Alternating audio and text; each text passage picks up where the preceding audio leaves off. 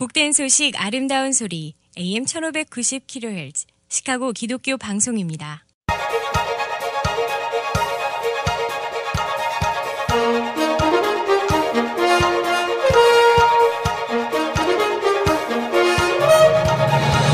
김정일 해설위원의 시사 해설.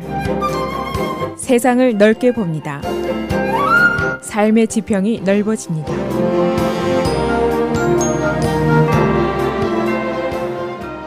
시사 해설입니다. 미국의 대북한 정책에 대해서 뉴욕타임스가 게재한 장문의 기사를 요약해서 소개해드리고 있습니다. 오늘이 세 번째 마지막입니다. 트럼프가 물려받은 유산, 북한 미사일에 대응하는 비밀 사이버전, 이런 내용입니다. 이 신문이 거의 1년여 동안 이 북핵 문제를 집중 취재한 끝에 이야기한 것들은 지금까지 북핵 개발의 현재 상황이 어떤 것인지, 미국의 핵 억제에 대한 한계점은 어떤 것인지, 그동안 오바마 대통령이 임기 중에 조용히 시도했던 전략들은 어떤 것인지, 또 왜 이것이 완벽한 해답이 아니었는지, 이런 이야기들을 알아봤습니다. 오늘은 결론 부분인데 과연 트럼프 대통령의 선택은 무엇인가? 이 부분입니다. 한 안보 전략가가 이런 말을 했습니다. 이 북핵 문제는 수십 년 된 문제인데 그동안 미국이 부시 대통령, 클린턴 대통령, 또 부시 대통령, 그리고 오바마 대통령까지 여러 대통령이 여러 가지 시도를 해왔습니다. 당근도 주고 채찍도 하고 침묵도 있었지만은, 그런데 이게 이 쌓인 모든 문제가 결국 트럼프 대통령의 어깨에 얹혀있게 됐다. 그렇게 얘기를 했습니다. 결국 트럼프 대통령이 이 문제를 해결해야 될 장본인이다. 그런 얘기입니다. 뭐냐? 북한의 ICBM이 불과 2년 내지 3년 만에 완성될 것이라는 예상이 꽤 신빙성이 있기 때문입니다. 북한의 핵미사일이 7,200마일을 날아서 미국 전역을 사정거리로 둘 때까지 기다릴 수는 없는 일이죠.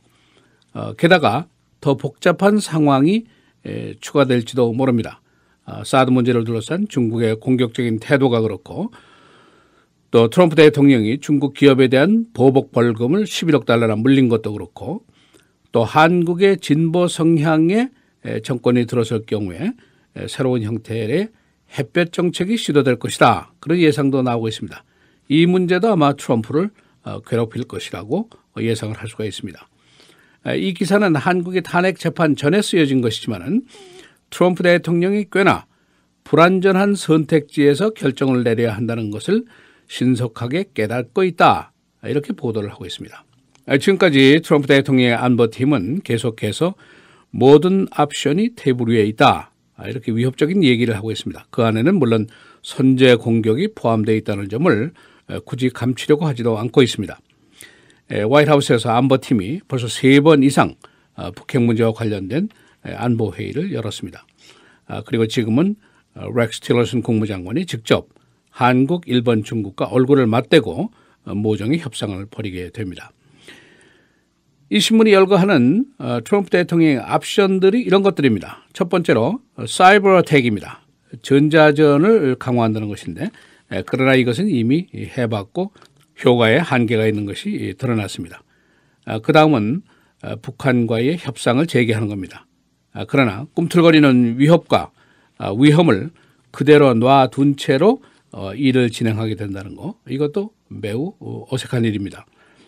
또 다른 것은 중국을 압박을 해서 교역을 끊고 지원을 중단하도록 강력한 요구를 하는 것, 이거는 여러 번 해온 것이고, 중국의 bottom line이 있습니다. 북한의 체제가 붕괴되는 정도로 이어질 수 있는 단계까지는 중국이 절대로 움직이지 않을 것이다. 이것이 정답입니다. 그 다음에 선제 타격, 군사행동을 하는 것인데 이미 검토가 되고 있지만, 그러나 이것도 위험 부담이 매우 큽니다. 이 기사는 북한의 산악지대가 많고 터널과 벙커가 상당수 있다는 것도 지적을 하고 있고, 그리고 무엇보다도 지금 가장 도전적인 문제는 북한의 중요한 무기 체제가 이동식으로 되어 있다는 겁니다. 위치 파악이 거의 불가능하다는 것도 중요한 한계점으로 지적이 되고 있습니다. 또 한 가지는 25년 전에 한국에서 철수시켰던 미국의 전략 핵을 한국에 재배치하는 것도 검토가 되고 있습니다. 그러나 이것도 무슨 큰 억제력을 기대하기는 어려울 것이라는 평가가 벌써 나와 있습니다. 이 다시 종합을 하면은 북핵 억제를 위한 미국의 옵션 중에 외교적, 경제적 그리고 군사적인 선택이 모두 불완전하다는 거, 이것이 이제 문제입니다. 그 반면에 북한의 핵 개발은 속도가 빨라지고 있고 더 위협적이 되고 있고 소형화되고 있고 이동식이 되고 있고 그래서 미국의 공격에 한계가 있다는 것은 이미 지적이 된 상황입니다. 이미 한국은 물론이고 일본도 물론이고 괌도까지 사정거리 안에 들어있다고도 볼 수가 있습니다. 이런 상황에서 수십 년 밀리고 쌓여온 이 큰 난제가 트럼프 대통령의 손에 놓이게 된 겁니다. 그런데 지금 중국에는 힘센 사나이 시진핑이 자리를 잡고 있고 북한에는 예측 불허의 젊은이 김정은이가 있고 그리고 한국에는 진보 정권이 들어설 가능성이 높습니다. 그리고 미국의 트럼프 대통령도 예측 불허의 면에서는 만만치 않은 인물이라고 볼 수가 있습니다. 이 기사는 트럼프 대통령이 북한의 ICBM 위협에 대해서 그런 일은 없다라고 트윗에 올린 것은 어쩌면 더 큰 종류의 갈등이 꿈틀대고 있는 것을 의미한다, 이런 보도를 하고 있습니다. 이 기사는 끝으로 카네기 국제평화재단의 핵 전문가인 제임스 액튼의 말을 인용을 하고 있습니다. 트럼프가 실제로 어떤 의도를 갖고 있는지는 나도 모르겠다. 그의 트윗은 일종의 레드라인으로 보일 수도 있는데 그렇다면 그것이 그의 신뢰도에 대한 잠재적인 테스트가 될 수도 있다. 그런 이야기를 한 것을 인용을 하고 있습니다. 또 한 가지 인용한 것은 북핵 전문가인 빅터 차 교수입니다. 빅터 차 교수는 지금은 북한의 행위가 고독한 독재자가 관심을 끌려고 하는 정도의 차원이 아니다, 이렇게 얘기를 하고 있습니다. 이 북핵 문제를 다루는 관련국들의 리더들, 트럼프, 김정은, 시진핑, 그리고 한국의 새 정권, 이것이 어쩌면은 아주 bad combination이 될 수 있다, 그렇게도 볼 수가 있을 것 같습니다. 뉴욕타임스의 북핵 관련 기사 그 요점을 3회에 걸쳐서 정리해 봤습니다. 시사해설 김정일입니다.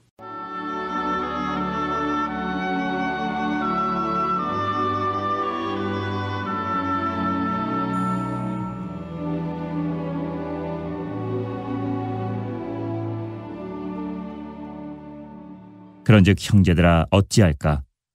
너희가 모일 때 각각 찬송시도 있으며 가르치는 말씀도 있으며 계시도 있으며 방언도 있으며 통역함도 있나니 모든 것을 덕을 세우기 위하여 하라.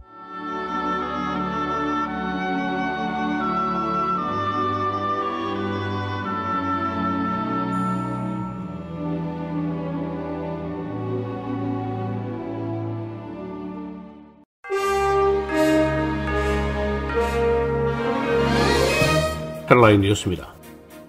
FBI 국장이 오늘 하원 청문회에서 트럼프의 도청 주장에 대해서 증언하게 됩니다. 이 증언의 내용에 따라서 트럼프 대통령의 도청 주장에 대한 신빙성 여부가 갈리게 됩니다. 그는 2주 전에 도청 주장을 한 이후에 아무런 근거 제시도 하지 못하고 있습니다. 트럼프는 오바마 대통령이 선거전 당시에 트럼프 타워에 있는 자신의 전화를 도청하라고 지시했다고 주장했었습니다. 팍스뉴스는 이 도청 지시가 영국 정보기관에 내려졌었다고 보도했었습니다. 헬스케어 개정 내용이 변경될 것으로 보입니다. 공화당 보수 측은 하원 공화당의 헬스케어 안이 지나치게 오바마 케어와 흡사하다는 불만을 표시하고 있습니다. 따라서 보수 측은 트럼프 대통령에게 이 안에 대한 변경 압력을 가하고 있습니다. 그러나 온건 측에서는 보수 측과 정반대의 불만을 표시하고 있습니다. 현 상태로는 이 안의 상원 통과 가능성이 높지 않습니다. 렉스 틸러슨 국무장관은 중국 시진핑과 회담 이후에 양국의 협조를 강조했습니다. 그러나 그는 내용상으로 북핵 억제를 위한 강력한 요구를 한 것으로 알려졌습니다. 북한은 지난 주말에 새로운 미사일 엔진을 성공적으로 마쳤다고 발표했습니다. 박근혜 전 대통령이 내일 검찰에 출두합니다. 박 전 대통령은 측근들과 대국민 발표안을 손질하고 있는 것으로 알려졌습니다. 독일 국방장관이 트럼프의 주장에 반발하는 성명을 발표했습니다. 독일 국방장관은 트럼프의 주장대로 독일이 나토에 빚을 지고 있지 않다고 반박했습니다. 독일은 유엔 평화군 그리고 아이시스 작전에 대한 군사적, 재정적 지원에 참여했었습니다. 일리노이 주 민주당 하원 의원인 데니얼 비스가 차기 거버너 선거에 출마합니다. 그는 현재 에벌스턴 지역의 주 상원의원입니다. 비스 의원은 지난 대선 당시에 브루스 로너와 도널드 트럼프를 연결하는 광고를 게재했었습니다. 애마존이 시카고 레이크뷰 지역에 서점 스토어를 개점합니다. 이는 온라인 업체의 일반 스토어 비즈니스에 대한 도전입니다. 애마존은 22년 동안 온라인으로 서적을 팔아왔습니다. 오일 체인지가 늦는다는 이유로 정비소 고객이 매니저를 칼로 찔렀습니다. 올란드 팝 시어스 오브로센터에서 어제 고객인 35살 루이스 베리어스가 이 정비소 매니저 54살 남자를 칼로 찔렀다가 특수폭행죄로 체포됐습니다.